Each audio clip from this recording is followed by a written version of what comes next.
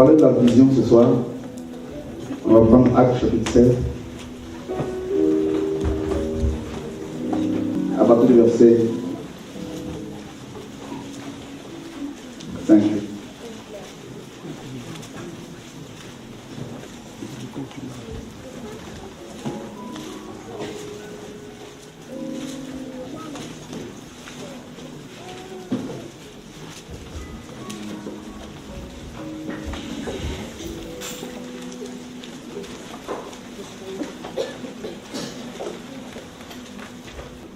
Acte 16, les églises se fortifiaient dans la foi et augmentaient en nombre de jour en jour. Ayant été empêchés par le Saint-Esprit d'annoncer la parole dans l'Asie, ils traversèrent la Phrygie et le pays de la Galatie. Arrivés près de la Mysie, ils se disposaient à entrer en Bithynie, mais l'Esprit de Jésus ne le leur permit pas. Ils franchirent alors la Mysie et descendirent à Troas. Pendant la nuit, Paul eut une vision. Un Macédonien lui apparut et lui fit cette prière. Face à Macédoine, secours-nous. Après cette vision de Paul, nous cherchâmes aussitôt à nous rendre en Macédoine, concluant que le Seigneur nous appelait à y annoncer la bonne nouvelle. La vision.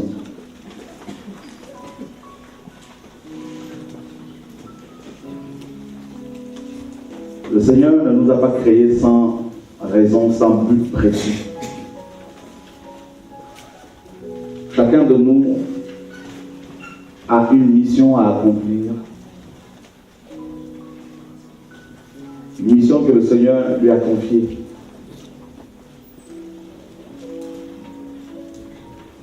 Il y a la vision générale que le Seigneur donne à un groupe de personnes.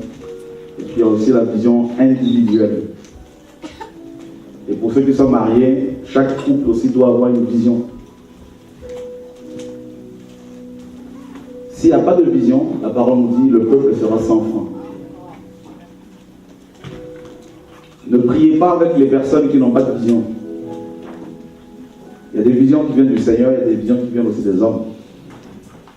Amen. Il faut une vision. Nous avons beaucoup de problèmes dans la francophonie par rapport à la vision. Beaucoup de chrétiens vont dans leurs assemblées pour prier, mais sans vraiment une vision réelle. Qu'est-ce que cette église attend du Seigneur? Qu'est-ce que vous voulez faire? Qu'est-ce que vous comptez faire? Quels sont les objectifs que vous vous êtes fixés? Et Dieu n'a jamais appelé une personne ou un groupe de personnes sans leur avoir confié une vision claire. Et on va dans les Écritures à l'époque de Noé. Dieu appelle Noé, il lui dit voilà ce que tu vas faire. Tu vas me construire une arche. Et Noé devait bien évidemment obéir au Seigneur. Et sachez qu'à l'époque, la pluie ne tombait pas encore. Il n'était pas encore tombé de pluie. Le Seigneur dit, tu vas pleuvoir pendant 40 jours et 40 nuits. Et Noé devait obéir au Seigneur. Et arrivé à l'époque d'Abraham, pareil, Dieu lui donne une vision. Le Seigneur lui dit, quitte ton pays, va dans un lieu que je te montrerai. Isaac, pareil, Jacob, tous, Moïse. Et à l'époque des juges, pareil. À chaque fois que le Seigneur suscitait un juge, il lui confiait une vision. Samson, Déborah, bien avant lui.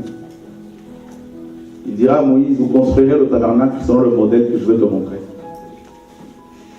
Je te montre un modèle, mais c'est tout le monde qui va construire. Et vous savez, quand nous parlons, depuis quelques années, nous parlons du retour à la parole, du retour à la source, de la réformation de nos cœurs, de nos assemblées. Et ce message, malheureusement, très peu de gens l'ont capté, l'ont compris. Et le retour à la parole, ce n'est pas le retour au désordre. Non. Nous avons vu des gens qui sont venus, qui ont dit « Waouh, alléluia, gloire à Dieu, nous sommes délivrés, c'est un message puissant. » nous avons quitté Babylone, nous sommes venus, frères, nous voulons avancer avec le Seigneur. Et on a commencé à voir parmi ces personnes, il y en a qui commençaient à vivre dans le désordre, croyant que la liberté était le libertinage, comme s'il n'y avait pas de vision, comme si l'endroit où ils sont arrivés, il n'y a pas de vision, et c'est le bazar, chacun fait ce qu'il veut. Et on a mal compris notamment 1 Corinthiens 14, 26. Que faire, Paul disait-il? Il disait aux chrétiens de Corinthe, lorsque vous vous assemblez les uns ou les autres, ont-ils un cantique, une exhortation, une instruction? Et j'ai pu voir, avec les petites missions que j'ai pu faire ici et là, beaucoup de bazar dans certaines assemblées, parce que le message n'a pas été bien compris. On a pu voir des frères et sœurs qui ont quitté leurs assemblées où ils n'avaient pas le droit à la parole, par exemple. Arrivés, ils avaient la parole, la possibilité de pouvoir s'exprimer, et voilà, c'est le bazar. Et il y a vraiment un problème de la vision, la compréhension de la vision. Pourquoi Dieu a-t-il suscité ce message en ce temps? Est-ce que quand Dieu le désordre? Non. Alors, vous savez, le langage du Seigneur n'est pas le nôtre.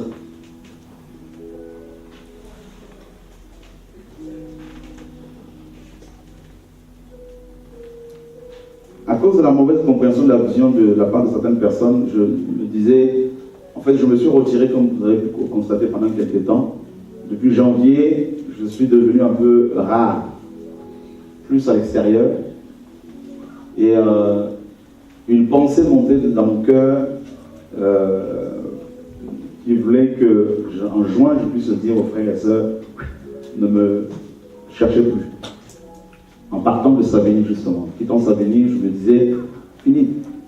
Et c'est alors que le Seigneur est venu me visiter pendant mon sommeil pour me dire, non, il faut justement continuer à faire le travail. Là, il faut bien expliquer encore la vision, aussi bien à certaines personnes qui sont avec toi depuis des années et aux nouvelles personnes qui arrivent, qui veulent se former. Il y en a qui n'ont pas saisi la vision. Alors, quand le Seigneur est arrivé, les apôtres, les Juifs avaient une vision, une compréhension de la mission du Messie qui n'était pas du tout la bonne. Et quand le Seigneur est arrivé avec une vision claire, très peu l'ont compris. Très peu. Comment Jésus, qui est Dieu, Dieu incarné, avec une telle onction sur sa vie, avec des miracles qui l'accompagnaient, pouvait-il commencer son église avec seulement 120 personnes? Pourquoi le Seigneur Yehoshua pouvait-il, alors qu'il avait cette grande onction sur sa vie, avoir une intimité, notamment dans tout ce qui est prière, seulement avec 3 disciples? Il ne priait pas avec tout le monde. Il ne priait même pas avec les 12, il priait avec les 3. Pierre, Jacques et Jean. Et c'est là que l'on comprend que la vision, souvent, elle n'est pas comprise du vivant du visionnaire.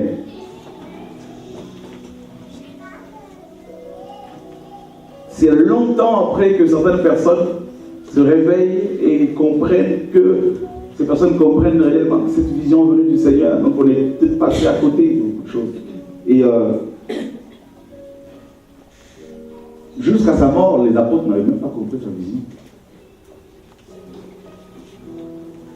Quand on dira aux apôtres, dans Matthieu 16, qu'il allait mourir, Pierre va le prendre à part pour lui dire non, tu ne peux pas mourir. Ils n'avaient pas compris la vision. Pourtant, ils ont fait des miracles. C'est pourquoi Paul parle du langage de Dieu. Le langage de Dieu. Le message que le Seigneur nous a confié, c'est son langage pour cette génération. Ça a créé, je vous assure, beaucoup de bazar, pour ne pas dire certains termes ici, dans les cœurs de beaucoup de chrétiens. On a vu les chrétiens qui étaient, comme je le disais tantôt, soumis, mais à un niveau où ils ne pouvaient même pas pousser devant leur pasteur. On a vu ces chrétiens venir, recevoir des enseignements et devenir des rebelles. Je dis, mais c'est le monde à l'envers. Comment c'est possible? Et je posais cette question au Seigneur, et le Seigneur me disait, tu comprendras. Je Je crois que cette mouche a un problème avec moi. Alléluia. Il me disait, tu comprends pourquoi Pierre, notamment Pierre et Paul disaient aux chrétiens qu'il ne fallait pas faire de la liberté un prétexte pour couvrir le mal. Parce que le message que tu nous as confié, c'est un message qui amène la liberté. Mais beaucoup, ils sont allés au-delà de la liberté. Et sans se rendre compte, ils sont devenus rebelles à la parole même qui sont soi-disant censés défendre. Tout simplement parce que la vision n'a pas été comprise.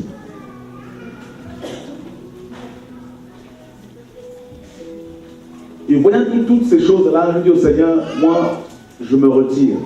D'ici juin, je vais simplement prêcher à la radio et faire des livres et ne plus avoir à faire aux gens. Le Seigneur me dit non. Comment des frères et sœurs qui ont reçu de tels trésors et qui se disent aimer Jésus puissent se comporter ainsi? Et ça, c'est l'homme. Alléluia. Alors, Paul est un modèle pour toutes les personnes qui veulent servir le Seigneur dans un des ministères d'Éphésiens 4, ministère d'enseignement. L'apôtre Paul était ici avec son équipe, ses équipes apostoliques. À 2 reprises, ils vont, n'est-ce pas, tâtonner. Ils voulaient prêcher la parole, annoncer l'évangile dans 2 endroits différents. Et à chaque fois, le Seigneur, l'Esprit de Jésus nous dit la parole, leur disait non. Et on nous dit que pendant la nuit, Paul va recevoir une vision. Remarquez ici que ce n'est pas tout le monde qui a reçu la vision. Dieu n'est pas le Dieu de désordre. Il n'a pas changé. Je disais tout à l'heure, cette semaine, aux frères et sœurs, et d'ailleurs c'est l'objet de mon prochain livre là, sur la prophétie biblique qui va sortir d'ici septembre, si le Seigneur permet. La Grèce, le léopard, dont on va en parler cette semaine. La crise grecque. Pourquoi cette crise? Vous savez, la Grèce a donné au monde la démocratie. Et la démocratie est rentrée aussi dans beaucoup d'églises. Et c'est là le problème. La Grèce a pu, Alexandre le Grand, en un temps assez record, en moins de 4 ans, a pu imposer l'hellénisation. Il a pu imposer cette culture grecque dans tout le monde qu'il avait pu conquérir. La mentalité grecque, la démocratie. Et on retrouve cette démocratie dans beaucoup d'églises, ce qui fait que la vision n'est pas comprise. Qu'est-ce que Dieu veut? Qu'est-ce que Dieu attend de nous? Je ne crois pas que quelqu'un... Vous savez, nous avons affaire à des chrétiens au jour d'aujourd'hui qui sont convertis depuis 10 ans et qui n'ont pas de vision. Vous le voyez traîner d'église en église, de maison en maison, et ils n'ont pas de vision. Mais vous vous rendez compte que ces personnes-là vont mourir et les œuvres que Dieu a préparées d'avance pour elles ne pourront pas être présentées au Père. Tout simplement parce qu'elles ont manqué leur but. On verra toutes ces choses. Comment beaucoup arrivent-ils à manquer le but pour lequel Dieu les a créés? Alors Paul reçoit une vision. La vision était claire. Comprenez ici qu'il y avait dans cette équipe, il y avait des apôtres. Il y avait Barnabas, il y avait Luc qui a écrit cette lettre. Mais Paul a reçu la vision. Et on nous dit ici qu'après la vision de Paul, Luc s'exprime en disant « Nous cherchons aussitôt à nous rendre en Macédoine. » La vision ici que Paul a reçue, c'était, n'est-ce pas, d'aller en Macédoine. Dieu ne le voyait pas en Mysie, ni, n'est-ce pas, en Asie mineure, mais Dieu le voyait en Macédoine.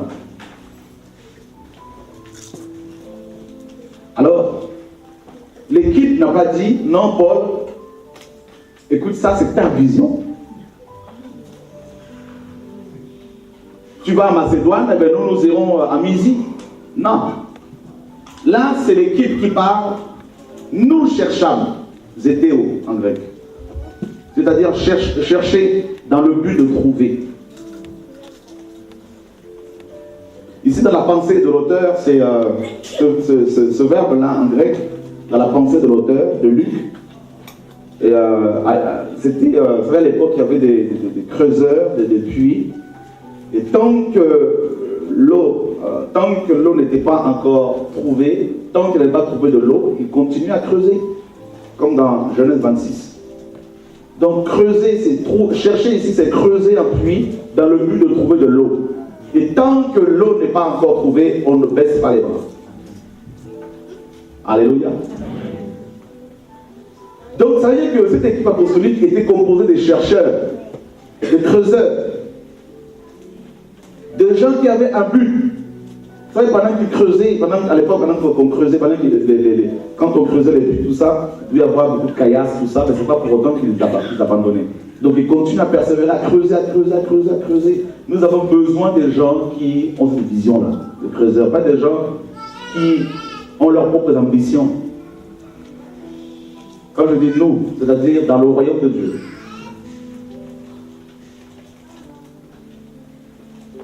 Nous cherchons.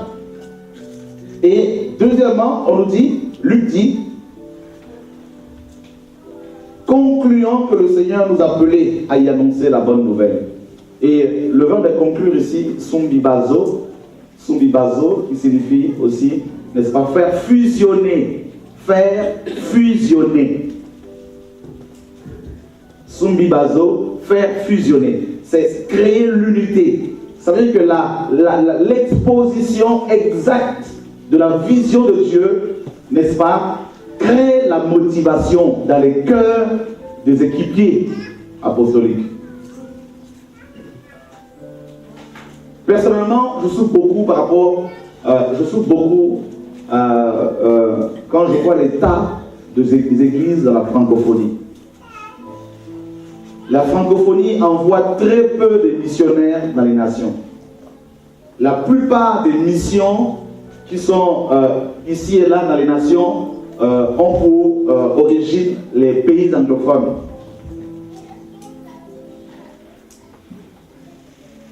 Si on peut parler d'une mission véritable, ici dans la francophonie, notamment en France, on va parler de portes ouvertes, par exemple, avec le frère André, ce frère de plus de 91 ans, qui fait un grand travail. Très peu d'églises envoient des missionnaires. Quand on parle de la mission dans beaucoup d'églises que nous avons en France, c'est plus les pasteurs eux-mêmes qui parlent de la mission seulement. Et il n'y a pas des frères et sœurs qui sont envoyés en mission. C'est rare.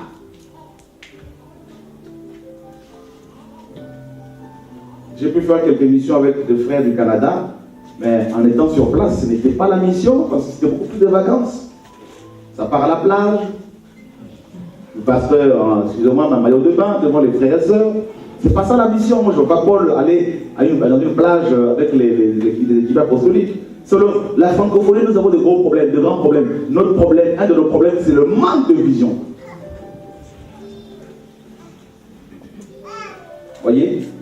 Et c'est grave, hein? Vous vous rendez compte que beaucoup de chrétiens français n'ont jamais été en mission depuis leur conversion? Et ça, ce n'est pas biblique. Si je pose la question, qui sont ceux qui sont déjà partis en mission en Irak, en Afrique, aux États-Unis, au Canada, aller dans des villages pour aller apporter la parole, pour aller distribuer les Bibles? Qui sont ceux qui ont eu à cœur de traduire la Bible, des Bibles dans des langues étrangères, pour pouvoir s'organiser, investir? Il y a très peu de missions. Il y a très peu de ministères authentiques et apostoliques dans la francophonie. Il y en a, mais beaucoup n'ont pas compris la vision.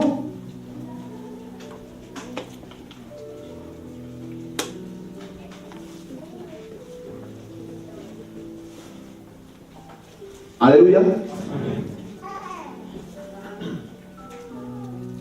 Je veux citer quelques ministères que vous connaissez. Je vais citer Osborne, un grand missionnaire. voilà en Inde avec des stocks, hein, des tonnes de Bibles distribuées, tout ça. On peut parler de Reinhard Bonnke, un Allemand. Combien de Français que vous connaissez qui sont comme ça dans la mission? Il y a très peu, il n'y en a pas plus de 5. Ça ne doit pas vous interpeller, mes amis. C'est un problème de vision. Alors, la vision crée l'unité. L'unité, qu'est-ce que c'est? Ici, Luc nous dit qu'ils ont fusionné leurs dons. Ils ont fusionné leur ministère. En fait, la vision a créé un corps local. Un corps ministériel. Parce que Paul, seul, ne pouvait pas atteindre la vision que le Seigneur lui a montrée. C'est pas possible. Moïse, pareil, quand Moïse a reçu la vision, Dieu lui dira, vous construirez le tabernacle selon le modèle que je t'ai montré. Mais c'est tout le monde qui l'a construit. Mais pour que tout le monde construise, il fallait que Moïse expose clairement la vision. Est-ce que vous me suivez? Vous voyez? Alors, la vision a créé l'unité. Et qu'est-ce que l'unité d'après la parole de Dieu? Nous sommes en train en ce moment de quitter Savigny, c'est la dernière semaine. Il y en a certainement qui n'ont pas compris cette vision et qui peut-être vont rester à la traîne, qui vont peut-être, je ne sais pas, mais en tout cas, la vision est là. On doit être dans des petits groupes. On ne veut plus de grands bâtiments. On n'en veut plus. Oui, on peut louer des locaux pour des séminaires comme ce soir, cette semaine. Oui, mais plus, voilà, avoir une église de 500 personnes, on n'en veut plus. De 300 personnes, c'est trop. Les gens ne seront pas suffisamment formés, et puis il y a de tout, il y a de mélange. Non. On va bien cette semaine expliquer la vision du Seigneur, la vision apostolique du Seigneur par rapport à l'Église. Qu'est-ce que Dieu attend de l'Église? Alors, je voudrais d'abord expliquer la vision selon la parole de Dieu, et puis par la suite parler de la vision que le Seigneur nous a confiée. La vision crée l'unité. Nous sommes dans, par rapport à l'unité, on va lire un passage dans Deutéronome chapitre 6.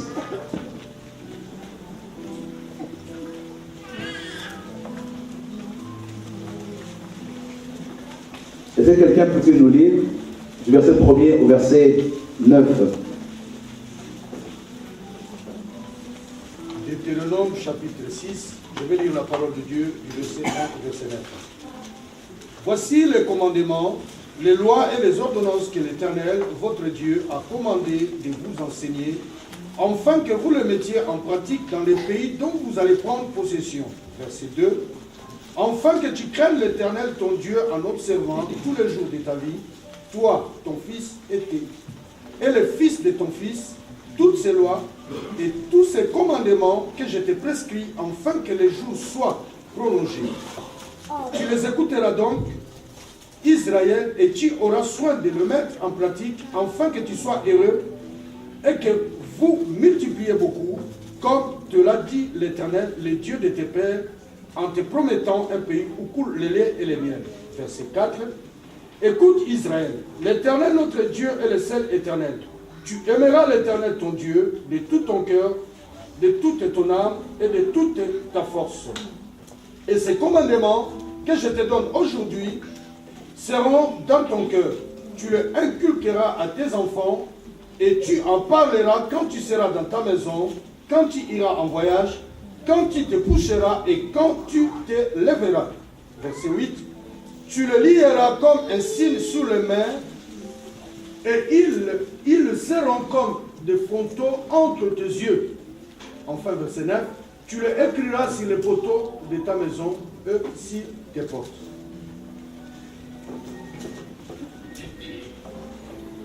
Ok.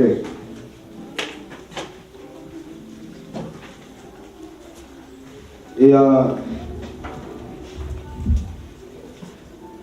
regardez les versets 4 et 5. En fait, du verset 4 au verset 9, et du verset 4 au verset 9, il est question ici de la prière la plus connue, en Israël, la prière juive, on appelle le Shema. Le Shema. Et écoute Israël, Shema Israël. Adonai, Elohenu, Adonai et Ad. Et c'est la prière que Jacob a initiée. Cette prière nous parle de l'unité. L'unité.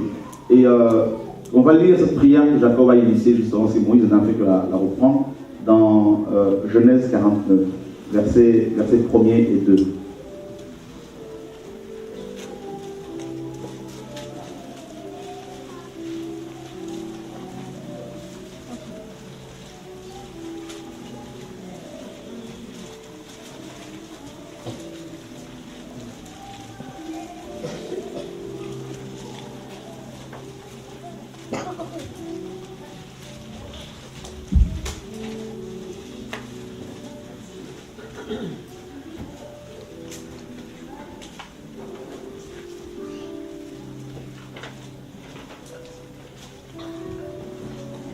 Genèse 49, versets 1 et 2.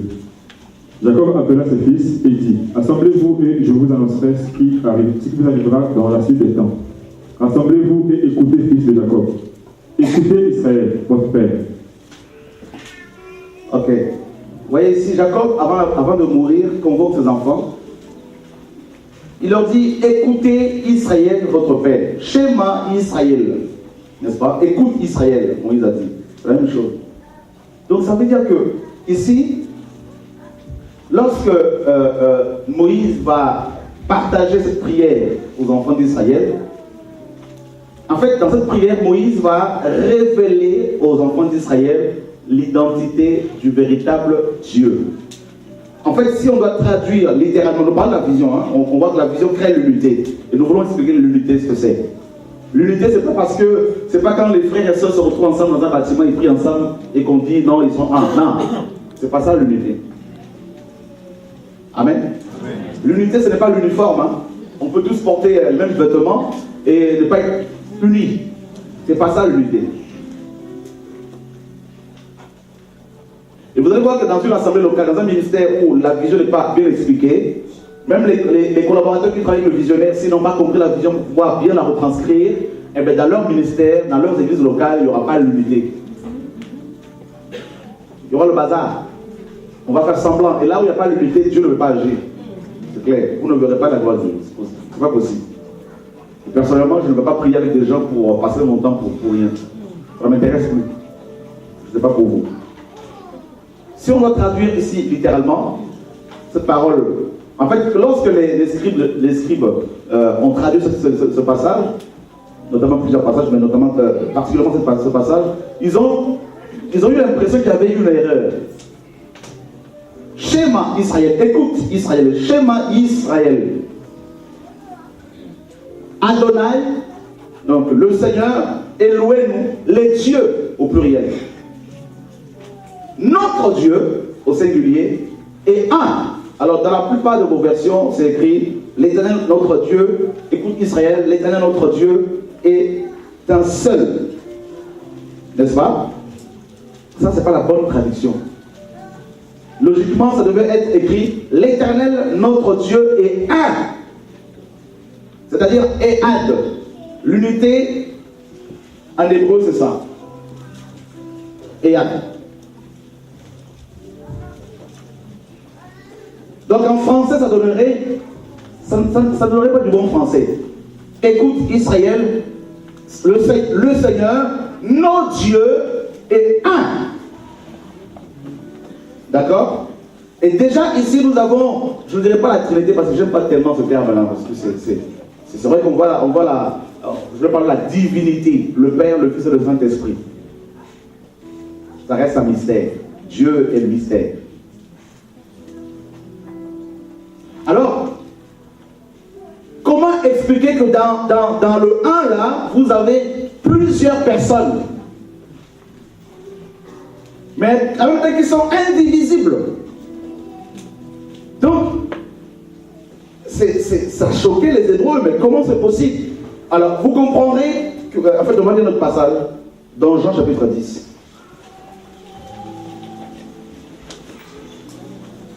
La vision. La vision qui crée l'unité.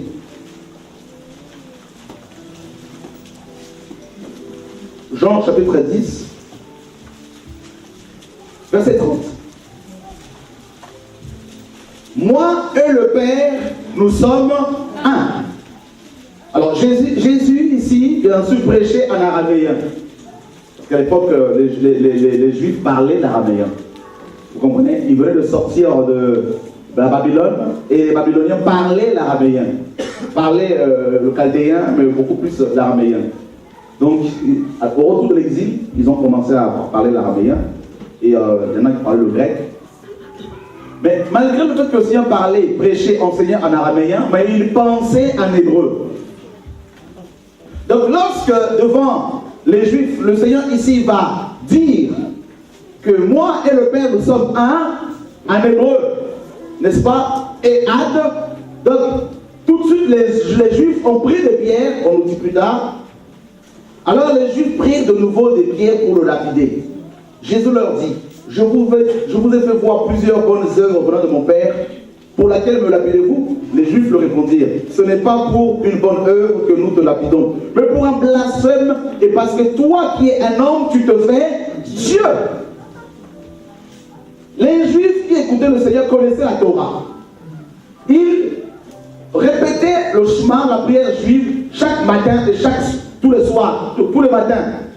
Matin, midi, soir, pratiquement. Donc quand Jésus dit que moi et le Père nous sommes un, ils ont compris que Jésus se réclame, n'est-ce pas? Et en fait, il démontre, il se présente comme étant le Dieu d'Abraham. Alors, ils disent, mais c'est pas possible. Et dans la prière sacerdotale de Matthieu, de Jean 17, le Seigneur dit au Père, Père, qu'il soit un, comme moi et toi, nous sommes un. L'unité que crée la vision que Dieu donne à un groupe. L'unité qui fait que, mes amis, chacun va apporter son don, son talent, sa force, ses capacités et créer ainsi un groupe, n'est-ce pas, un corps local pour la poursuite de la vision que Dieu a donnée. Et nous avons beaucoup de difficultés, je l'insiste, dans la francophonie. Et excusez-moi aussi les frères d'origine africaine ou antillaise, les blacks, nous avons aussi beaucoup de problèmes par rapport à cela. L'unité, le travail en équipe.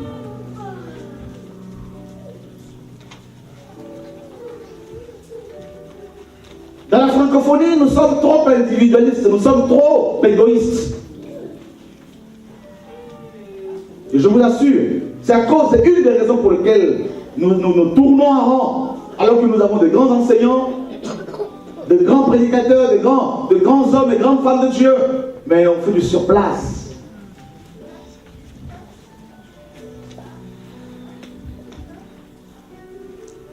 Alors, l'unité. En fait, quand on regarde en hébreu le mot Ehad, on s'aperçoit qu'il y a 3 lettres. La dernière fois, on avait parlé un peu rapidement de l'alphabet hébraïque qui compte 22 lettres. Et dans ces trois lettres, en fait, nous avons Dalet, nous avons Aleph et nous avons Et. Ces 3 lettres donnent en français unité. En hébreu, Ehad. Et on a vu la dernière fois que Aleph est la première lettre de l'alphabet hébraïque, elle est muette, elle ne se prononce pas comme le H en français. Aleph nous parle de Dieu lui-même. Le mystère, Jésus, le mystère caché de tout le temps. On a eu à en parler. Amen. Et on a vu la dernière fois que les Écritures, le Seigneur a commencé les Écritures avec la lettre Bet, la lettre B. B, la lettre Bet nous parle de la maison.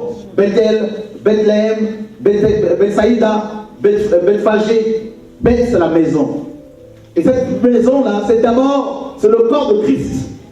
D'abord, la maison de Dieu. La deuxième maison.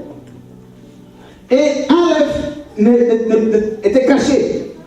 Voilà pourquoi Paul dit qu'il était, le Seigneur, Christ, dans Colossiens 2, un mystère caché de tout le temps.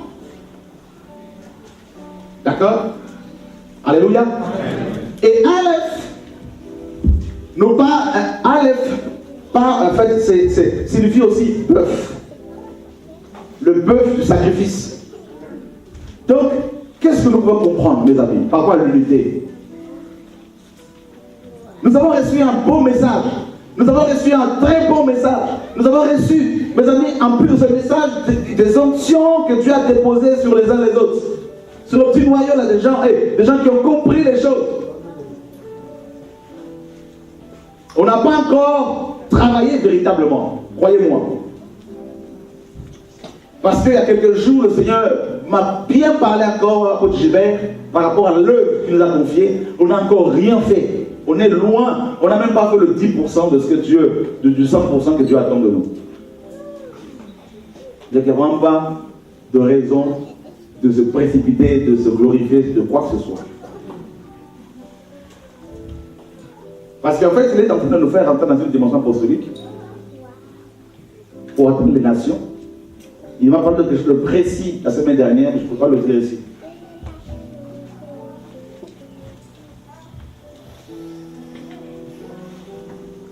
Alors, quand Dieu donne une vision aux hommes et aux femmes d'une génération quelconque, Dieu attend que cette vision soit, mes amis, bien assimilée. Ce ne sont pas tout le monde, c'est pas tout le monde, pardon, qui va comprendre cette vision. C'est des gens que Dieu a destinés depuis l'éternité. Vous comprenez? Et ces hommes et ces femmes, Dieu touchera leur cœur, quel que soit l'endroit où ils sont, ils vont être saisis, ils vont comprendre la vision et l'unité va se créer. Mais ce n'est pas de l'écuménisme, non. C'est au niveau du cœur. Et par rapport à l'unité, on a vu ici que c'est Eyat en hébreu, et on voit Aleph. Aleph nous parle du bœuf du sacrifice. Donc ça veut dire que pour qu'il y ait l'unité dans un corps local, il faut que toutes les personnes qui veulent travailler dans cette vision se sacrifient pour Dieu, soit de sacrifice. Donc il n'y a pas d'unité sans le sacrifice. Alléluia. Amen. Donc ça veut dire que tu peux être avec le frère Chora et ne pas être un avec lui. Parce que tu ne veux pas te sacrifier. Ce n'est pas au frère, mais à Dieu. Pourquoi faut-il se sacrifier? Tout simplement parce qu'il ne peut pas y avoir une bonne, n'est-ce pas, coalition, il ne peut pas y avoir l'unité si tu gardes tes coutumes. Nos coutumes et nos traditions, mes amis, nous divisent. L'éducation que chacun de nous a reçue, il y en a, on leur a dit depuis leur enfance que les Africains ne sont pas bons, qu'ils ne sont pas corrects. Il y en a, on leur a dit que les Antillais ne sont pas honnêtes, par exemple. Les Blancs, on a des préjugés. Ça, c'est comme ça que chacun de nous a été formaté. Il y en a, ils estiment qu'ils ne peuvent pas côtoyer les gens d'en bas. C'est-à-dire ceux qui n'ont pas de diplôme, par exemple. Et il se trouve que Dieu a donné une vision. Et il faut que toutes ces personnes, mes amis, fusionnent. Or, il ne peut pas y avoir fusion si tu n'es pas mort par rapport à tes diplômes. Si tu n'es pas mort par rapport à la couleur de ta peau. Si tu n'es pas mort par rapport à ta richesse. Est-ce que je me fais comprendre? Je veux que tu saches une chose. Peut-être que dans le monde, tu n'aimes pas les Africains. Mais il se trouve que ta destinée est liée à ce peuple. Donc si tu n'es pas délivré du racisme, si tu n'es pas libéré de l'orgueil, eh bien tu n'iras nulle part. Tu vas chercher un prophète blanc, tu ne le trouveras pas. Tu vas chercher un prophète antillais, tu ne le trouveras pas. Peut-être que ta destinée est liée aux Antillais. Vous comprenez mon langage, frère? Vous comprenez? Donc, le problème c'est que beaucoup de gens ne sont pas unis. Alors que la vision est libérée, tout simplement parce que on a encore cette mentalité qu'on n'est pas renouvelé au niveau de l'esprit. Et je vous assure, je ne vous cache pas, je ne suis pas mieux que vous. Mais comme je vous disais, je le répète encore, j'ai failli dire aux frères et sœurs, ce mois-ci là, le mois dernier là, écoutez, comme ça venait scindé, vous êtes formés, ciao. Parce que je me dis, c'est pas possible. Certes, il y a un noyau qui saisit. Je bénis le Seigneur, mais je me dis, Seigneur,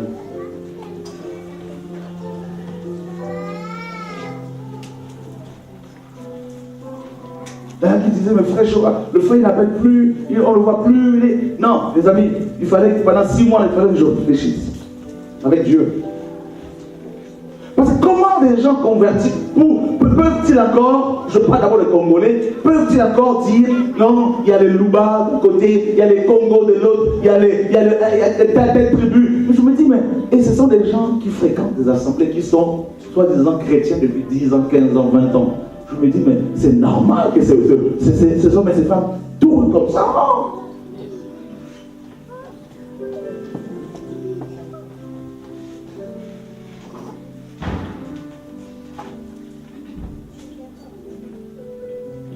Frère, ceux qui nous ont apporté l'évangile n'étaient pas du tout français, n'étaient pas du tout américains, étaient tous juifs.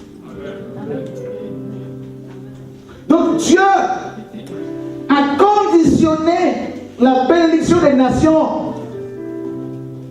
Dieu nous impose, mes amis, Israël, parce que ce peuple contenait la bénédiction des nations. Dieu dit à Abraham, toutes les nations seront bénies en toi. Donc, ça veut dire que si tu n'aimes pas Abraham, tu es mal barré.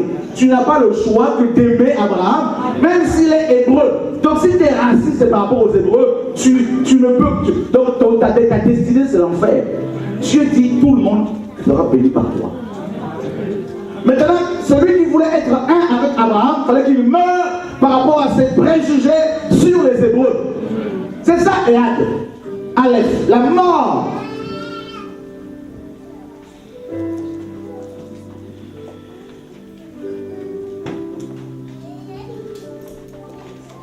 Alléluia. Oh non, moi, à l'assemblée où j'étais déjà pasteur, je prêchais déjà. Mais oui, mais pourquoi tu n'es pas resté là-bas pour continuer à prêcher? Mais pourquoi tu n'as pas commencé une autre église dans ce cas-là? Pourquoi venir embêter les gens? Laissez-moi vous parler clairement. C'est pas compliqué, il y a des métros, il y a des âmes à gagner. Allez gagner les âmes, commencer les églises. Parce que tu es pasteur, parce que tu es apôtre, tu es prophète. Quelqu'un me comprend-il? Le Seigneur m'a dit, il faut remettre de l'ordre. Je dormais, il y a 4 jours, j'ai eu une vision. J'avais une espèce de cachère, là, je suis en train de nettoyer un mur, là. Il y avait beaucoup de saleté, et la pression était tellement forte, là, avec de l'eau, là, la pression d'eau, là, c'était terrible, la saleté. Et le Seigneur, il faut comprendre, il faut mettre de l'ordre, parce qu'il y a eu beaucoup de bazar. Beaucoup de bazar. Manque de vision.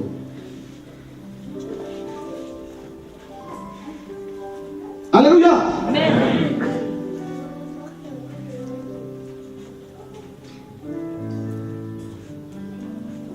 Je n'ai jamais vu quelqu'un que le Seigneur a appelé dans la Bible et qui devançait Dieu dans son appel. Je n'ai vu que des gens qui disent au Seigneur, je ne suis pas capable.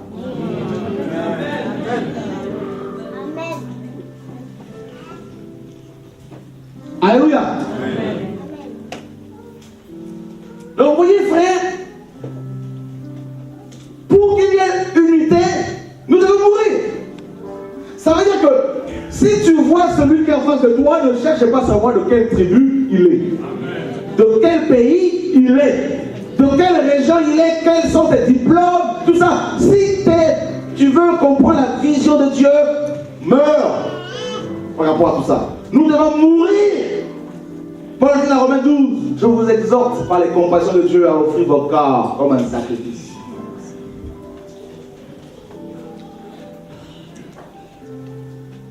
J'ai eu quelqu'un qui m'a dit, mais tu sais frère, on peut prier avec toi tout ça, mais ça fait des années, il tourne en rond, il cherche tout ça, il cherche, parce qu'il Je leur ai dit, ouais, c'est normal, ils cherchent depuis 6 ans, ils ne trouvent pas.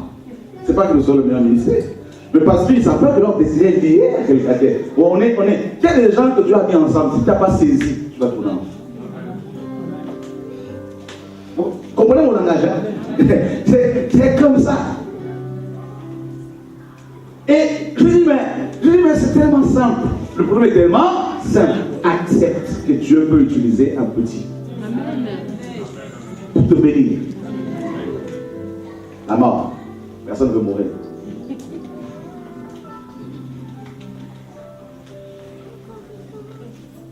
Barnabas, qui le connaît?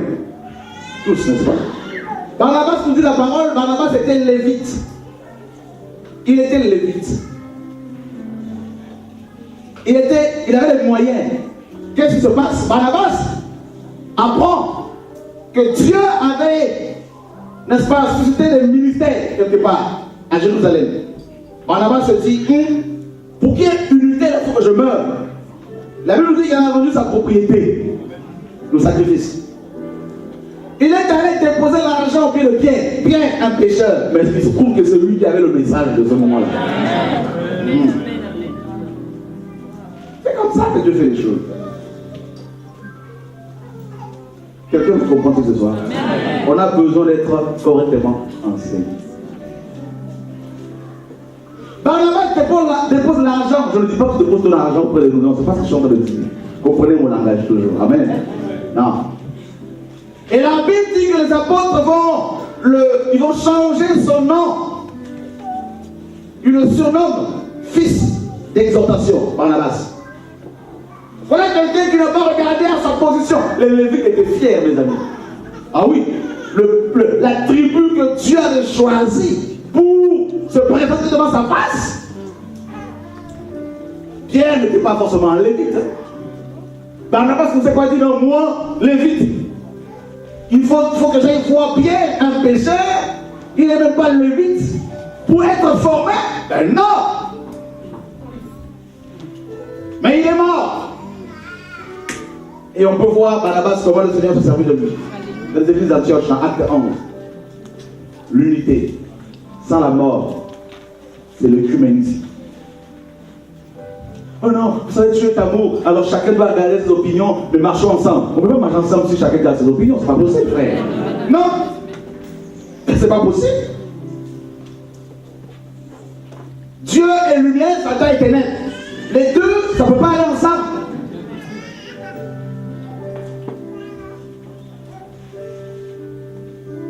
Et on voit également Dalet. En fait, Aleph, c'est le chiffre 1. Dalet, c'est le chiffre 4. Dans la Bible, le chiffre 4, c'est un chiffre un chiffre universel. On nous parle de 4 vents des cieux. La largesse. Et si vous additionnez le chiffre 8, Aleph 1, Dalet 4, ça donne quoi? Le nombre 13. Le nombre d'unité. Et il se trouve que le nombre 13 correspond également au nombre d'amour. En hébreu, amour. Ahad. C'est le nombre 13. Donc ça veut dire que pour qu'il y ait l'unité, il faut qu'il y ait sacrifice. La mort des uns des autres. Deuxièmement, il faut aussi qu'il y ait l'amour. Bien évidemment, parce que sans l'amour, il ne peut pas y avoir l'unité. Je dois t'aimer malgré tes erreurs. Pas tes péchés. Hein. Si tu pêches, je t'avertis. Si tu refuses, j'applique Matthieu 15. Je t'avertis, si tu n'écoutes pas, je prends un témoin, si tu refuses, un ou deux témoins, si tu refuses, on prend l'assemblée, si tu refuses, alors là, t'es païen, on marche ensemble. Mais l'amour, c'est la capacité de supporter l'autre. Vous comprenez? Alléluia. Parce que s'il n'y a pas l'amour, il ne peut pas y avoir l'unité, ce n'est pas possible. Chacun a son petit caractère.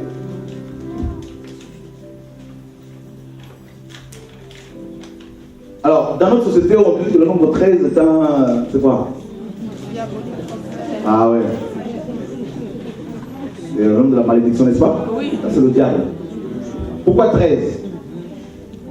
Jésus prend 12 apôtres et lui est le 13e. Amen. 12 apôtres, le fondement. 12, c'est le fondement, c'est le gouvernement. Et Jésus était le 13e homme. Et vous savez que sans le 13e homme, Jésus, il n'y a pas l'unité, c'est pas possible. Il faut vous retrouver tous. Oh, nous sommes chrétiens. Mais si Jésus n'est pas là, au milieu, il n'y a pas l'unité, c'est pas possible. D'accord? Alléluia. La vision crée l'unité. Mais pour qu'il y ait l'unité, il faut que nous mourions. Il faut mourir par rapport à tes coutumes, traditions. Il faut mourir par rapport à la chair. Il faut mourir par rapport au péché. On ne peut pas marcher ensemble si il y en a qui vivent dans le péché, c'est pas possible.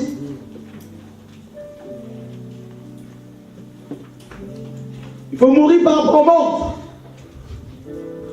Par rapport au péché, mes amis, personnellement, ça me coûte cher. Ça me coûte beaucoup, ça me coûte énormément. La séparation. Il y en a qui disent, mais quand même, mais celui-là il était avec, mais comment ça se fait qu'il n'est plus là? Mais frère, Paul dit, tous ceux qui sont en Asie m'ont abandonné. C'est écrit dans la Bible. Lisons la Bible.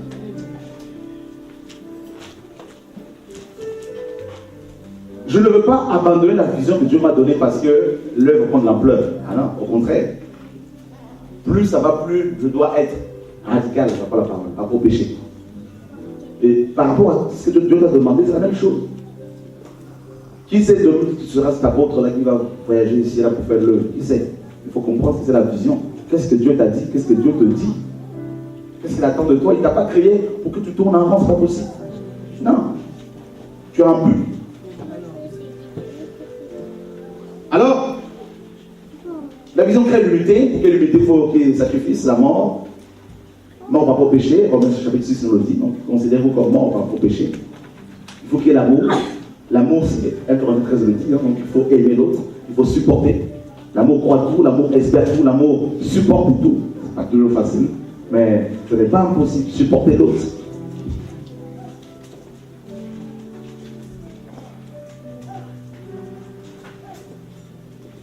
La vision, c'est quoi?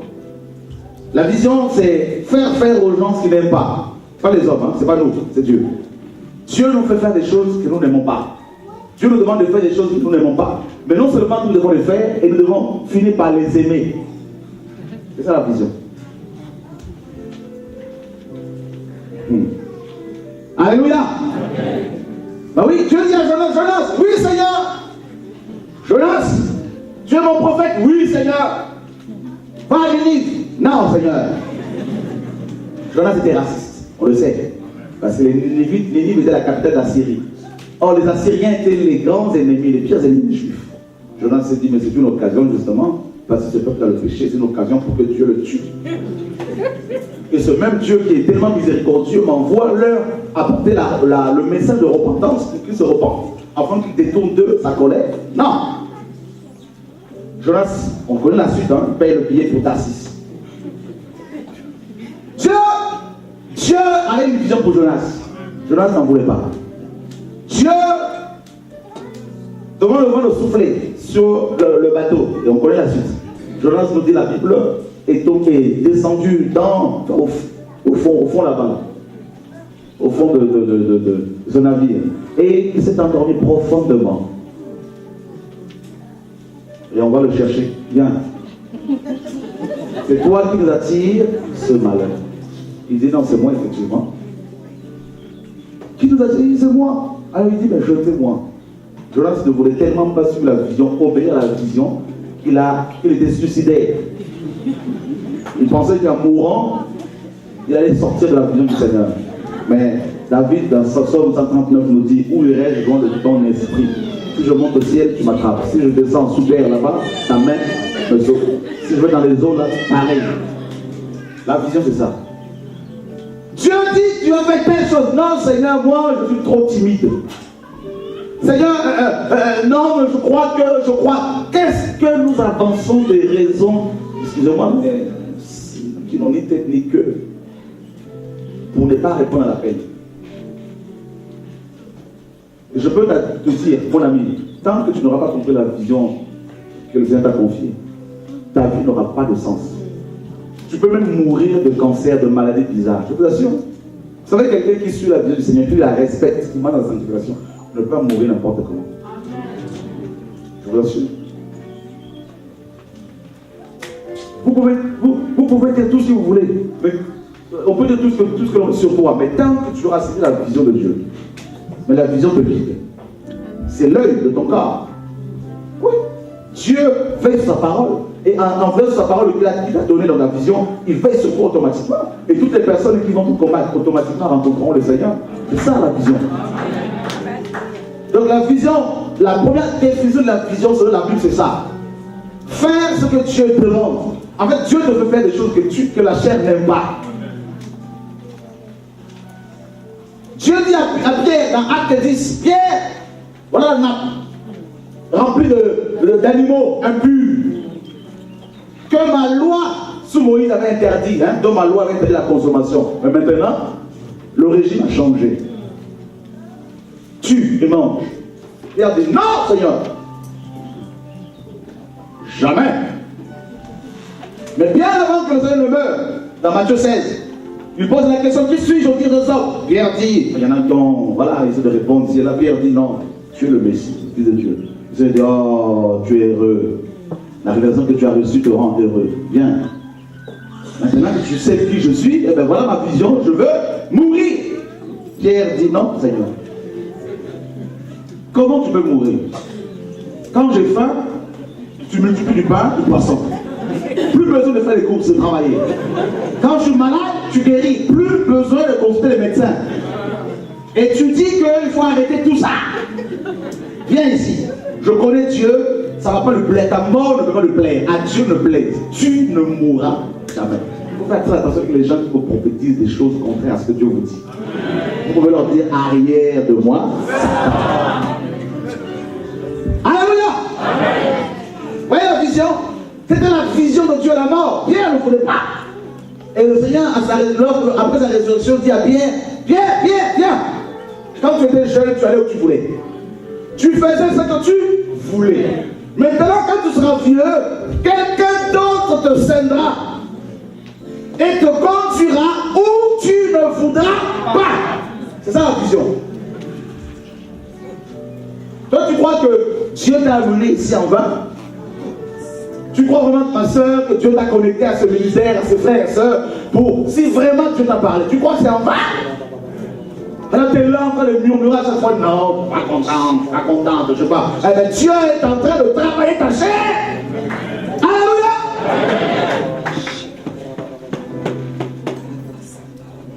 Il y en a qui avortent rapidement la vision que Dieu leur a donnée à cause de la chair. Quelqu'un m'entendait ce soir?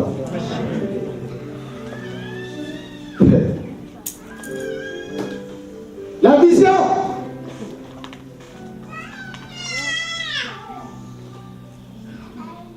Quand vous rencontrez un pasteur, vous lui posez la question, quelle est ta vision?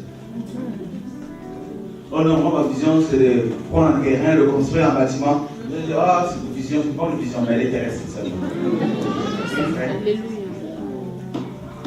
Ne suivez pas les gens qui n'ont pas de vision. Je vous assure. Posez la question, quelqu'un qui vous appelle pour collaborer avec lui, viens, on va commencer l'église. D'ailleurs, si quelqu'un vous appelle pour commencer l'église avec, vous devez être sûr et certain de sa chair. Parce qu'un vrai visionnaire n'appelle pas ses collaborateurs.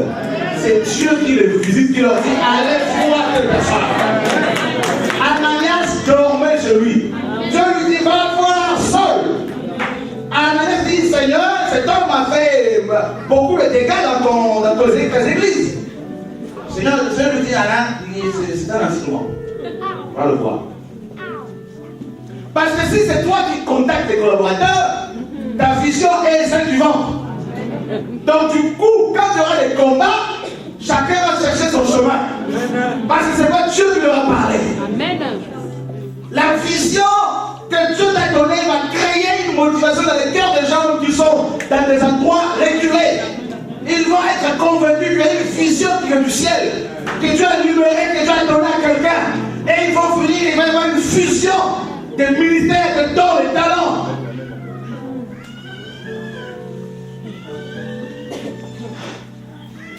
Alléluia.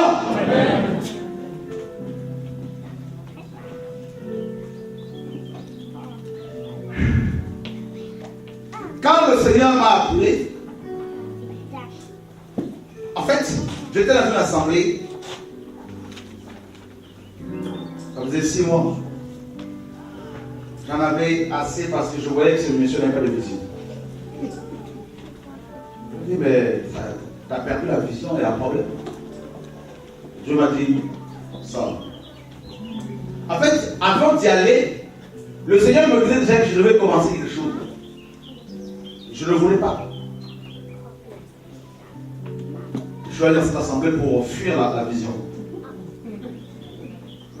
Et pendant que je dormais la veille, la nuit qui a précédé le jour de l'entretien, du rendez-vous avec ce monsieur, pendant que je dormais vers 3 du matin, le Seigneur m'a dit, là où tu vas, il ne reconnaît pas les autres ministères. À part le sien. Je me réveille comme ça, je vois au Seigneur, ça c'est terrible, je m'endors, la même vision revient. Malgré ce que je ne peux pas le voir. On a essayé de travailler un peu tout ça, mais 6 mois après, je suis parti. Et quand j'ai commencé, le Seigneur m'a dit, voilà la vision que je te donne. Je dormais que le Seigneur m'a donné AMJC. Je me réveille, c'était l'après-midi. Je prends un stylo, je l'écris. Et je pose la question, ça veut dire quoi? C'est pas une dénomination, parce que beaucoup de gens disent dénomination, c'est Dieu donne des visions. Il va t'appeler sans vision. Alors je pose la question, mais ça veut dire quoi, Seigneur? Il me dit, alliance. Des nations pour Christ. Priez au pour Jésus-Christ. Alors, je n'avais encore rien compris il y a de ça 13 ans. Que des rouleaux me seront, que quelqu'un me donne des rouleaux quelques mois après. Et un jour, je dormais, un autre jour, après avoir reçu cette vision-là, je ne comprenais pas du tout l'alliance de Christ. Bon, ok, c'est vrai, alliance, c'est-à-dire la nouvelle alliance. Et c'est là que tu vas commencer à me parler. Il faut que tu expliques ce que c'est la nouvelle alliance aux nations. Parce que très peu de chrétiens connaissent la croix. Et c'est là qu'il m'amène au ciel. Il me dit, beaucoup de pasteurs, bien longtemps après avoir gagné les âmes, il me les présente, ils repartent avec. Il m'a dit, beaucoup parmi mon peuple, beaucoup parmi mes enfants sont esclaves des pasteurs.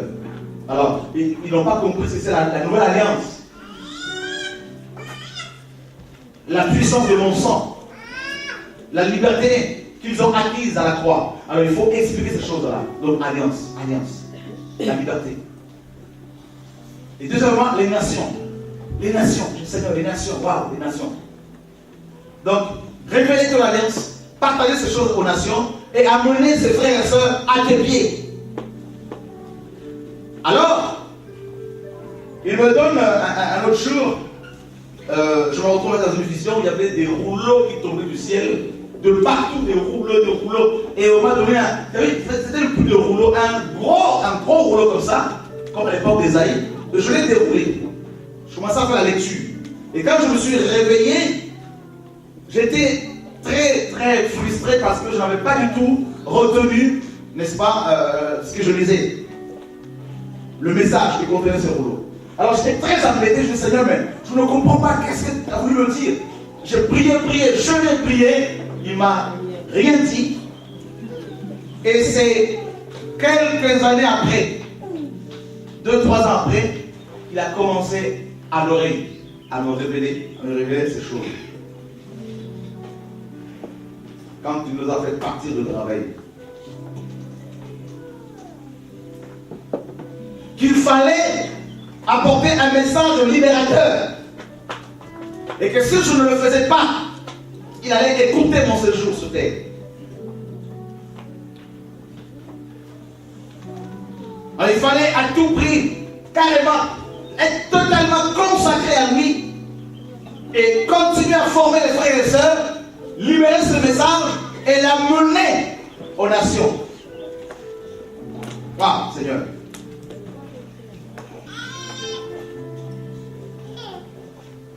Bien évidemment, vous connaissez la suite, hein, donc il fallait partager sur la dîme, partager sur les bâtiments, partager sur tout le dimanche, tout, il fallait. Alors ces enseignements ont commencé à être partagés et plus la moitié presque des frères, ceux que j'avais formés, que en vraie mission que vous connaissez, m'ont lâché. C'est à cause de ça. Il y en a qui ont dit, mais comment allons-nous faire pour vivre? Si lui, il a dévié, il a changé la vision. Beaucoup n'ont pas compris que la vision est progressive. Plus tu avances avec le Seigneur, plus il te révèle les autres aspects de la vision. Les détails. C'est parti. Là, qui ont dit, ça y est, son ancien pour les gens. Le Seigneur m'a dit, accroche-toi. Il m'a montré une montagne. Je la montais. Il y avait des gens, mais un petit noyau. Il m'a dit, ça va être ce noyau-là que vous allez expérimenter les choses promises. Je ne peux pas forcément le dire là. Je l'ai déjà dit, mais voilà. Je dis, waouh. Mais l'ascension était difficile. Il y en a qui n'arrivaient pas, qui se. Voilà, ça partait dans tous les sens.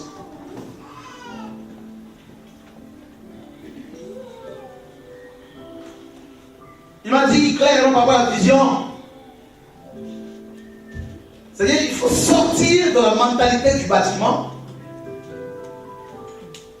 Commencer à voir le royaume, c'est-à-dire, j'ai un peuple qui ne fait pas partie forcément des bâtiments que vous avez, des maisons que vous avez, mais un peuple qui doit écouter ce message. Un peuple qui doit être affranchi. Et il m'a compris qu'on parmi ce peuple, il y a toutes les nations. Qu'il faut aller, il faut les Antilles, il faut les États-Unis, le Canada, en fait les nations.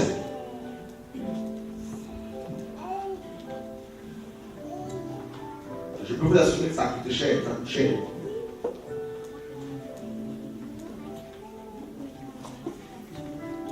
Donc, apporter un enseignement sur la croix. Qu'est-ce que la croix?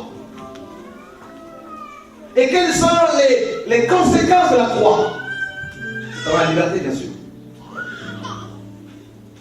Amener les gens à aimer tellement Dieu qu'ils vont lui consacrer toute leur vie. Au point où ils n'ont plus besoin qu'on leur dise soutenez financièrement l'œuvre de Dieu. Non. Comme le premier chrétien. Ils vont le faire de manière naturelle. Amener les gens, former une race d'hommes et de femmes, notamment des jeunes gens, filles et garçons, amener ses frères et sœurs, les enseigner, les amener à se positionner dans le mariage pour pouvoir servir Dieu. Comme Paul pouvait dire, je veux que les jeunes se marient. Et il fallait amener cette génération, former cette génération pour qu'ils, ces hommes et ces femmes, soient des pères et des mères de demain.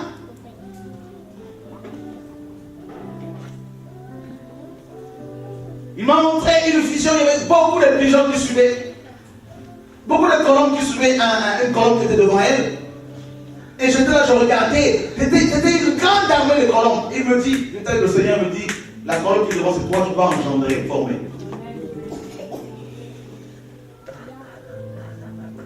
Et quand on a commencé à voir des ministères que le Seigneur a commencé à susciter, à former au sein de ce ministère, Gilbert, Douglas, et plein d'autres qui sont Hugues, et plein d'autres que le Seigneur a commencé à former, et eux alors ils former, et ainsi de suite, tout ça. Et on voit, par la grâce de Dieu, ce message qui commence à se répandre.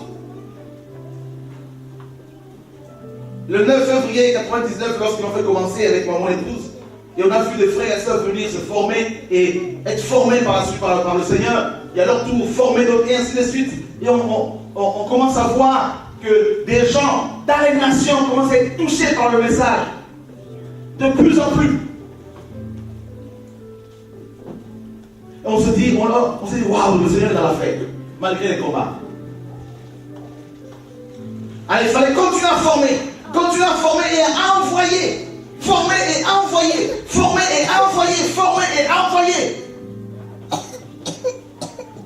Je tiens à nous rappeler, parce qu'on a tendance à oublier rapidement, que ça fait 13 ans, on va faire 13 ans l'année prochaine, le 9 février prochain, qu'on existe en tant que ministère, quand Actuellement, allez voir au Gabon ce que Dieu fait aussi. C'est du jamais vu. Tout le Gabon est touché par le message que Dieu a donné. Tout le Gabon, toutes les provinces du Gabon. Rien qu'à la plateforme où le frère et sœur se forment à Libreville, une femme âgée nous a cédé son terrain et son bâtiment de deux étages. Dieu lui avait montré en vision quelques années avant que quelqu'un venait au Gabon, il y avait des gens qui le suivaient, il y avait un message fort. Et quand nous sommes arrivés, on était partis comme ça à l'aventure avec des frères de province. L'œuvre a pris de l'ampleur et il y a près de 1000 personnes, rien qu'à la plateforme. Les gens se forment, ils créent des groupes, il y a des groupes de 250 personnes qui viennent pour suivre les affaires. Nous sommes à 250 personnes. Déjà moi à l'époque quand je suis allé, parce que je n'ai plus le droit, parce que l'accès m'a été interdit maintenant, et c'est tellement pour laisser le pays. C'est tellement c'est pour gloire à Dieu. Et il y a eu près de 300 baptêmes. Pour voir maintenant il y avait 2 longues queues de frères et sœurs qui étaient là, qui se faisaient baptiser. Il fallait voir les confessions se réveiller. Ceux qui n'ont pas les yeux pour voir ça et pour comprendre que Dieu est en train de visiter, pas par nous, mais il y a un message que Dieu a libéré. Ceux qui n'ont pas la vision, ils ne saisissent pas. C'est pour cela que beaucoup, peut-être je le souhaite pour vous, beaucoup ont pleuré. Pour dire, ah Seigneur.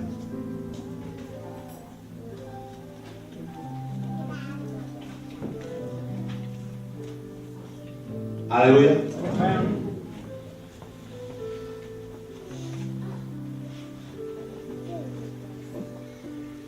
Notre sœur Lydie est allée au Gabon, nous avons envoyé là-bas pour son album. Elle est revenue, elle a témoigné, elle a dit mais c'est pas possible. Il faut voir les frères et sœurs, les talents qu'ils ont même au niveau de la musique. C'est impressionnant. Il faut voir des jeunes femmes quand elles se lèvent pour pouvoir annoncer l'évangile. C'est terrible. Port-Gentil, Mwanda, toutes les provinces. Le dimanche dernier, j'étais à New York. J'ai vu des jeunes, mais c'est impressionnant. L'Assemblée de New York qui n'a même pas après 1 an. J'étais là, je me disais, c'est pas possible, Seigneur. À Poitiers, des jeunes de Poitiers. Il y a eu une vingtaine de jeunes, à peine quelques mois, une vingtaine de jeunes qui sont tous de la QM, touchés comme pas possible, et ils sont en train de se former pour repartir au pays. On se dit, mais Seigneur, mais c'est pas possible. La Belgique n'en parle pas. Le 15 février, le 15 juillet, pardon, le 16 et le 17, il y a un programme au niveau de, en Allemagne. Les assemblées, il y en a pratiquement dans toutes les villes là maintenant, toutes les grandes villes. Et on m'a dit, les frères et sœurs sont réunis pour organiser cette conférence-là. Il y avait près de 100 personnes rien que pour l'organisation du séminaire. Et une sœur, quand vous savez de les rouleaux, deux sœurs avaient des visions où elles voyaient des rouleaux, ces rouleaux entouraient le globe.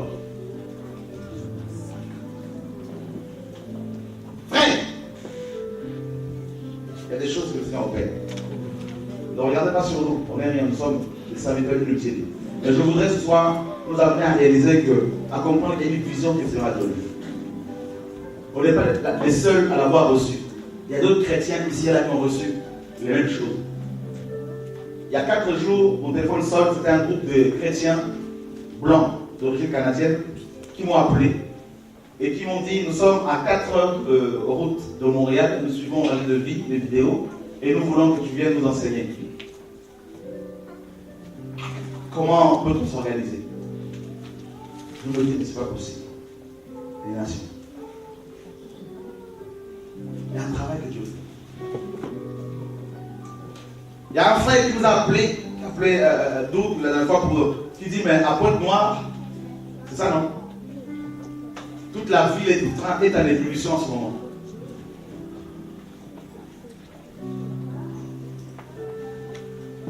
Donc, nous comprenons pourquoi il y a autant de combats. C'est normal parce que ce n'est pas logique. S'il n'y avait pas de combat, de l'opposition. Donc, vous voyez que le Seigneur est en train, petit petit à petit, mais sûrement, de toucher les nations. Allez au Togo, allez voir ce que Dieu fait. C'est impressionnant, incroyable.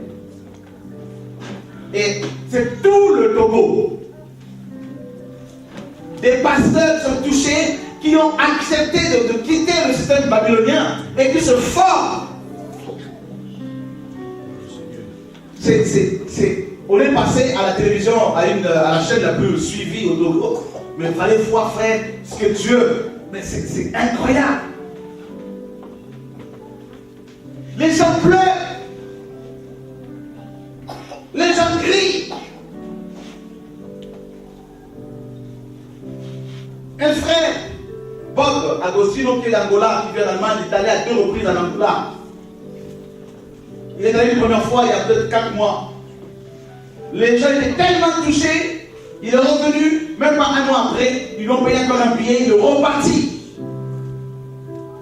Et il m'a appelé, il m'a dit, mais il va repartir encore, l'œuvre qui se fait, il est dépassé de voir la soif que les gens ont. Pendant qu'à Paris, certaines personnes tombent dans la distraction, c'est la guerre, les critiques, les murmures, voilà, mais satisfait, c'est incroyable. Mais malgré cela, il y a quand même une œuvre que vous avez fait. Ah oui, tu es là ce soir, non? Tu n'es pas venu parce que je suis beau. Tu es venu parce qu'au fond de toi, tu sais qu'il se passe quelque chose. Je te dis. Et c'est malgré toi. Donc tu comprends que je ne suis pour rien, tu n'y es pour rien. C'est que Dieu a suscité un message. Maintenant, quel doit être ton rôle, quelle doit être ta position, qu'est-ce que Dieu attend de toi maintenant? Ce n'est pas hier que tu as raté quelque chose. Mais aujourd'hui, qu'est-ce que Dieu attend de toi? Qu'est-ce que Dieu attend de nous maintenant? Parce que nous sommes une génération qui est en train de voir l'homme pire à l'heure. Et Dieu a le droit de rouler, frère.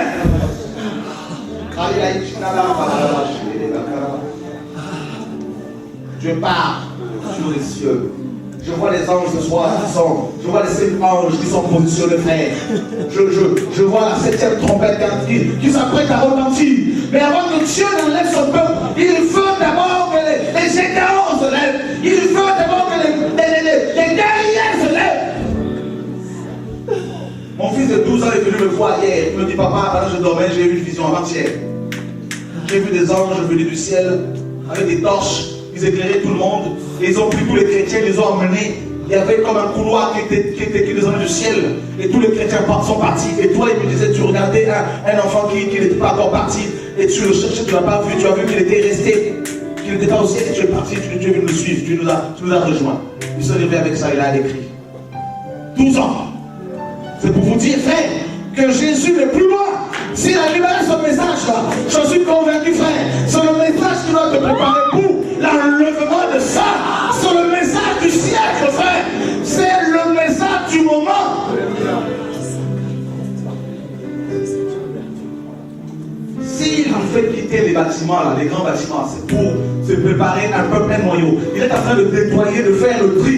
Parce qu'il doit équiper davantage les frères et sœurs qui vont être triés, qui vont être mis à part. Il est en train, comme à l'époque d'Élie, de cacher les prophètes véritables des grottes.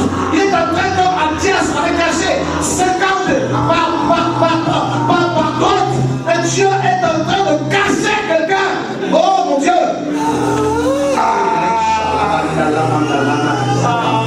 Tu as consacré tous tes biens au Seigneur pour évangéliser. Tu as consacré ta richesse à Yahvé pour apporter l'évangile aux nations. Tu as consacré ton âme à l'éternel des armées. L'unité que l'évangile crée, c'est la même unité que le Seigneur a créée avec Adam et Ève. Et Dieu et l'homme qui prend son père et sa mère, et il t'attachera à sa femme, et les deux deviendront une seule chair. Et Dieu ne voit plus plusieurs personnes. Dieu revoit une seule équipe. Dieu revoit une seule église. Parce qu'il est venu bâtir son église. Parce que tu es devenu le corps de Christ. Tu es devenu un avec Dieu. Et celui qui te touchera Dieu. Voilà pourquoi Dieu est en train de parler à ton cœur, jeune fille. Il parle à ton cœur, jeune fille. Il parle à ton cœur.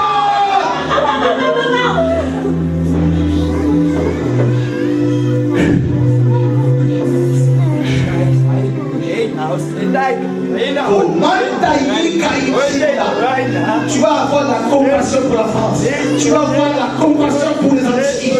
Tu vas voir les douleurs d'enfantement jusqu'à ce que les chaînes de la mort qui retiennent les enfants de l'Éternel soient complètement brisées. Et une jeunesse que Dieu veut libérer en force. Et une jeunesse que Dieu va susciter en force. Et Dieu confie sa vision à cette génération.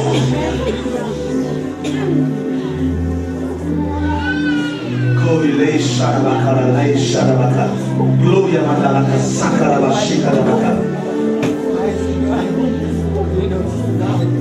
Pendant plusieurs années, Dieu nous a demandé de prophétiser, de libérer ce message, comme dans Ézéchiel 37. Fils de l'homme, prophétise pour que ces ossements desséchés, qui font partie de l'armée de l'Éternel, mais ces hommes ne se pas encore été asséchés par les charlatans, ont été dépouillés par les hommes. Et Dieu a libéré ce message qui est la prophétie par excellence pour préparer ton corps. Et pendant toutes ces années, ton cœur a été préparé maintenant. Ton cœur a été circoncis. C'est le don. Maintenant, tu es fils de l'homme. C'est le don où tu vas prophétiser un parler à l'esprit. Et j'en ferai la gloire. J'en ferai le feu. Le feu qui descend de du ciel. Le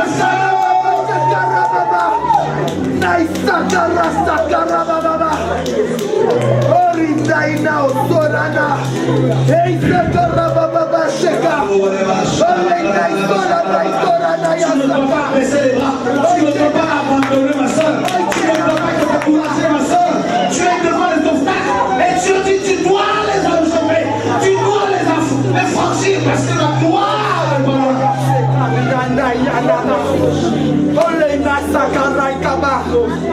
Fais attention à la distraction. Fais attention parce que Dieu est en train de t'équiper. Dieu t'a suffisamment préparé. Voilà pourquoi il t'a amené ici. Voilà pourquoi Dieu t'a choisi. Tu dois te repentir.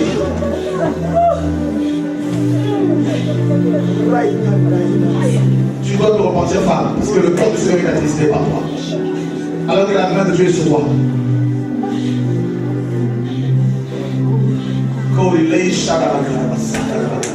Ce n'est pas normal qu'aux Antilles les jeunes soient dans la drogue comme ça. Ce n'est pas normal que les jeunes femmes soient dans l'homosexualité. Ce n'est pas normal que la drogue décime les quartiers entiers. Ce n'est pas normal que l'islam prenne de l'ampleur comme ça. Parce que Dieu notre Père a un peuple qui n'a pas fléchi le genou. Et Dieu se cherche ce peuple-là. Dieu l'appelle.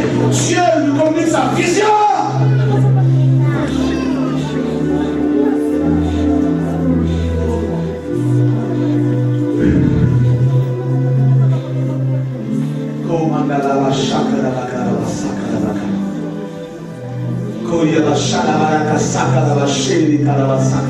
Seigneur, ressuscite en nous tous les morts.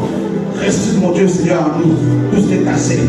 Cette vie de prière, mon Dieu, dans la vie de cette personne.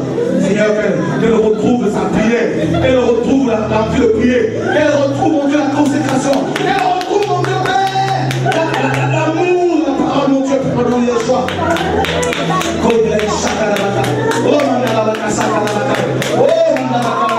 La puissance de la sorcellerie ne peut rien contre toi. La sorcellerie sera peine brisée par le ministère que Dieu te confie. Dieu te dit l'heure arrive, l'heure arrive. La vision.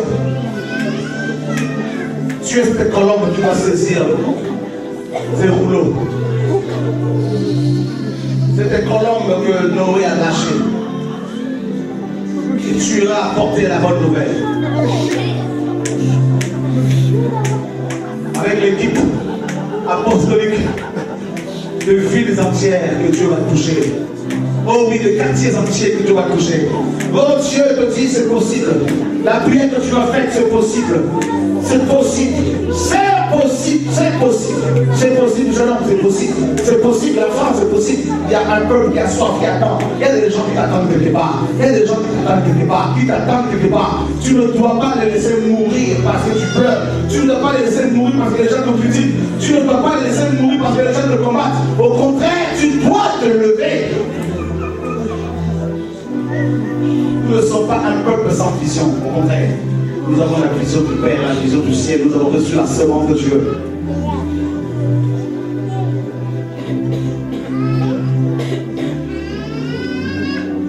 Père, tu es merveilleux. Tu es merveilleux, papa.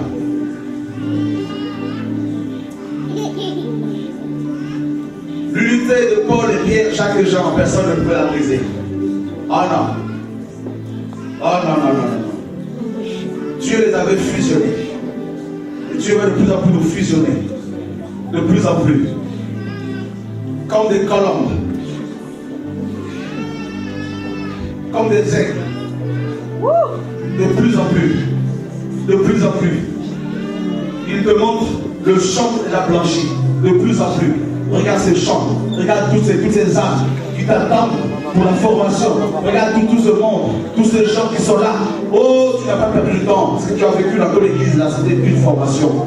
Dieu l'a permise pour que tu sois formé. Dieu l'a permise pour que tu sois préparé. Tu es venu de loin pour recevoir la formation. Et tu es venu de loin. Dieu t'a transporté à ce zèle par les ailes de l'aigle. Dieu t'a amené ici pour recevoir la formation. Et tu vas repartir à Toulouse. Tu vas repartir là pour apporter le message que Dieu te donne là. Oh my, la chakara. Longa mandala chakara.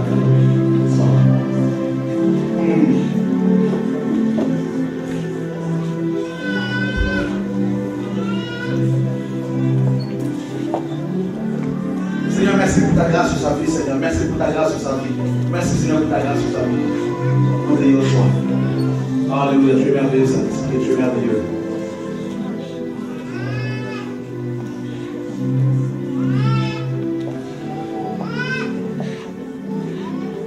Le Seigneur dit dans Agé, l'heure est venue de bâtir sa maison. L'heure est venue pour nous rebâtir. Oh oui frère, on n'a pas encore fini. Non, non, non, non, non.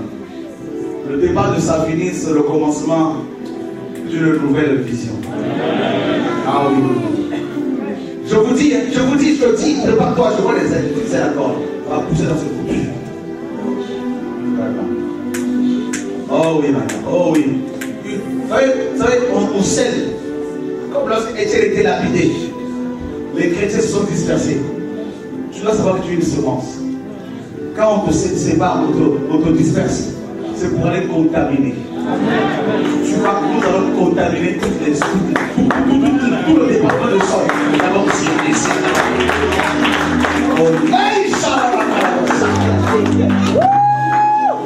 On va dire que c'est la sorcellerie, mais c'est pas la sorcellerie. On va dire que c'est la magie, c'est pas la magie. C'est le vent du réveil. Il est là, le réveil. Il est là, il est là, il est pas, il est là, il est pas, regarde. Il est pas, regarde, le réveil de Dieu. Tu le vois, non, tu le vois, non. Tu le vois, non. Oh, my God. Tu le vois, ce réveil qui est là. Ce réveil, là où tu es éparpillé, tu as le feu. Tu ne vas pas t'éteindre, jamais. Dieu n'éteint pas les lumineux qui fument. Jamais, jamais, jamais. Au contraire, il va mettre de l'huile sur toi encore. Il mettra de l'huile encore sur toi. Eh, my God, il mettra de l'huile sur toi. Oh, je vois, frère, je vois dans l'esprit. Je vois, je suis plus touché, mon ami. Je vois, Villeneuve Saint-Georges, touché, frère. Au nom de Yeshua. Je vois Paris à ma frère, au nom de Jésus. Dieu t'aime, c'est de lui. Dieu t'aime, c'est de lui. Au nom de Yeshua. Il y a une autre chose. Quelque chose ici, il y a quelque chose ici. Il y a quelque chose ici, frère. Il y a quelque chose ici. Il y a quelque chose ce soir. Jésus m'a dit cette semaine. Jésus m'a dit, il m'a dit la semaine dernière, pardon, il m'a dit que vous allez expérimenter la réalité. Je dormais comme ça. Je dis Seigneur, je souffre. Il me dit vous allez l'expérimenter. À deux reprises, il m'a dit.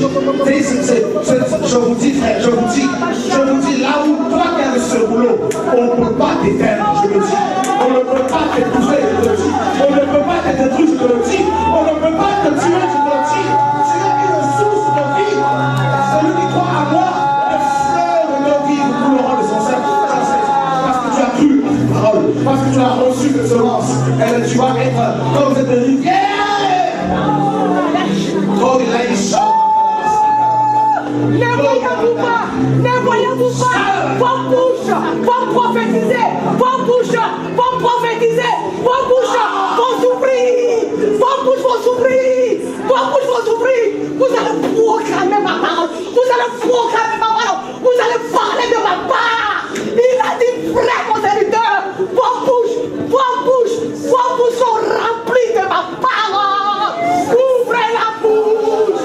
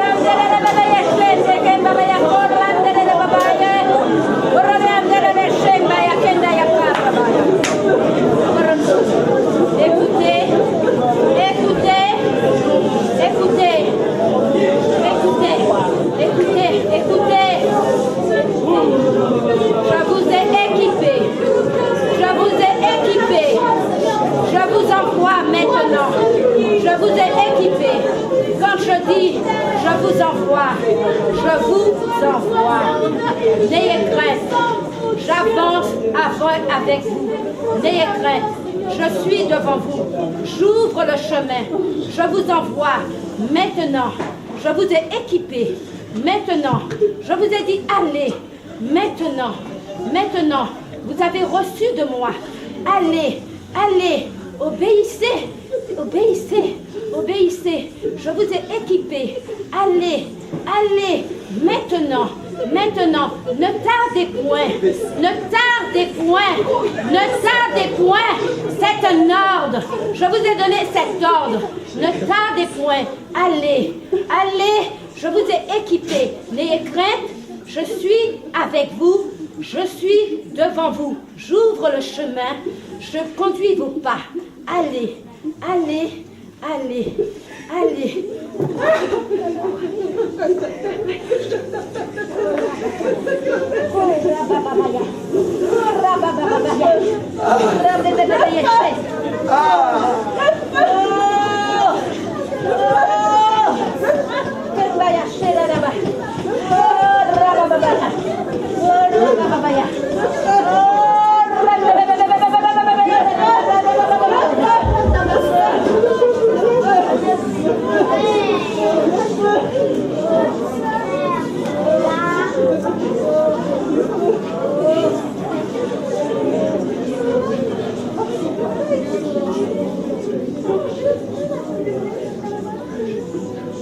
Celui qui ne porte pas de fruits sera retranché du milieu de mon peuple.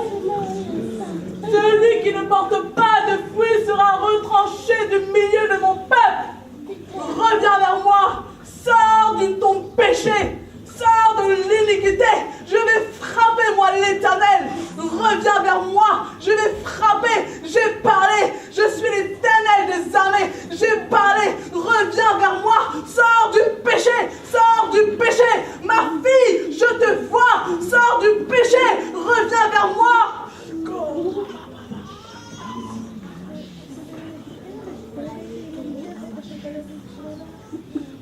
Dieu de gloire.